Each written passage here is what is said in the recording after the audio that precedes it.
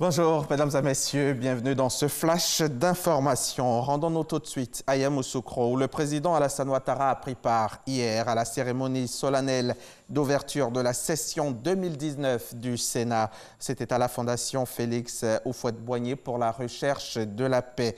Le chef de l'État a exprimé sa joie de participer à cette cérémonie qui consacre à la mise en place complète du Sénat avec ses 99 membres après la nomination le 3 avril dernier de 33 nouveaux sénateurs. Il a indiqué que le Sénat doit contribuer à l'atteinte de l'objectif de la Constitution de la Troisième République.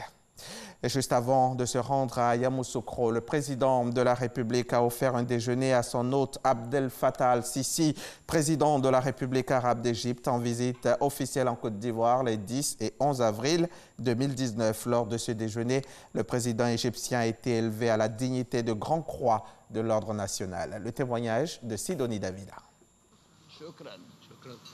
Un toast en l'honneur du président égyptien. C'était au cours du déjeuner offert par le président Alassane Ouattara à son homologue Abdel Fattah al-Sisi. Ce déjeuner, un moment de rapprochement entre la Côte d'Ivoire et l'Égypte, le rappel des souvenirs des excellentes relations qui lient la Côte d'Ivoire et la République arabe d'Égypte, était au centre des échanges. Plusieurs autres instruments en négociation qui permettront d'étendre la coopération ivoiro-égyptienne dans des domaines non encore exploités par nos opérateurs économiques respectifs. Monsieur le Président, chers frères, les potentialités et les opportunités d'investissement sont réelles et ne demandent qu'à être exploitées. En effet, les statistiques indiquent que les échanges commerciaux entre la Côte d'Ivoire et l'Égypte en 2018 se chiffre à peine à quelques 31 milliards de francs CFA. Ces chiffres nous interpellent et nous incitent au raffermissement des relations bilatérales entre nos pays à travers un partenariat et une coopération dynamique, facteur de développement économique et social. Dans son adresse, le président Alassane Ouattara ne manque pas de saluer l'expertise et le savoir-faire des Égyptiens. Il a également émis le souhait d'une coopération plus accrue entre les deux pays pour relever de nouveaux défis. Un souhait que partage son hôte, le président de la République arabe d'Égypte.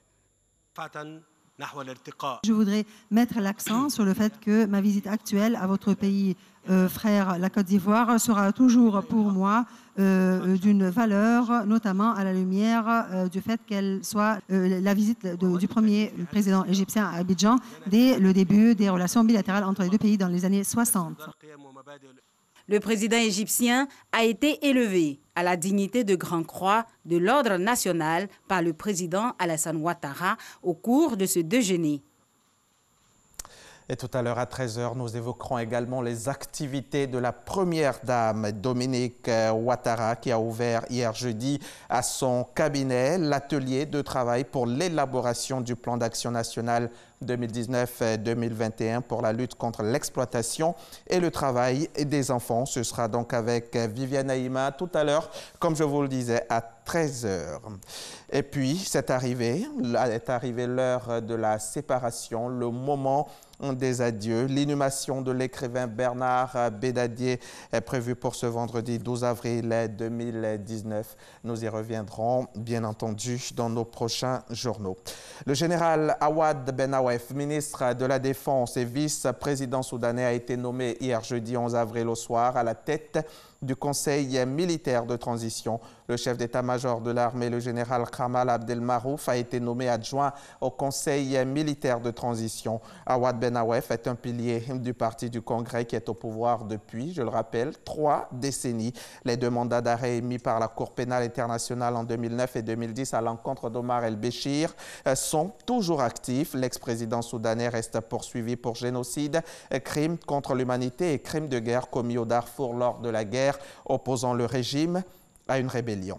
Donald Trump a reçu hier jeudi 11 avril son homologue sud-coréen Moon Jae-in à la Maison-Blanche. Malgré l'échec du premier sommet, le président américain se dit prêt à rencontrer le dirigeant nord-coréen une troisième fois et il continue d'espérer un accord sur la dénucléarisation de la péninsule. Donald Trump a cependant exclu de lever les sanctions contre la Corée du Nord, mais a rappelé qu'il aurait pu les renforcer. Le tirage au sort pour la Coupe d'Afrique des Nations 2019 de football débute ce vendredi à 18 h, temps universel, 20 h, heure du Caire. La Confédération africaine de football a publié hier jeudi 11 avril la composition des 4 chapeaux au sein desquels ont été reparties les 24 sélections qualifiées pour la Coupe d'Afrique des Nations 2019. Le tri qui a finalement été effectué en fonction du classement FIFA des participants au 4 avril dernier préserve également le Cameroun, tenant du titre, ainsi que l'Égypte, pays hôte du tournoi. Et c'est la fin de ce flash. Merci de l'avoir suivi. Je vous retrouve tout à l'heure à 13 h pour le point complet de l'actualité.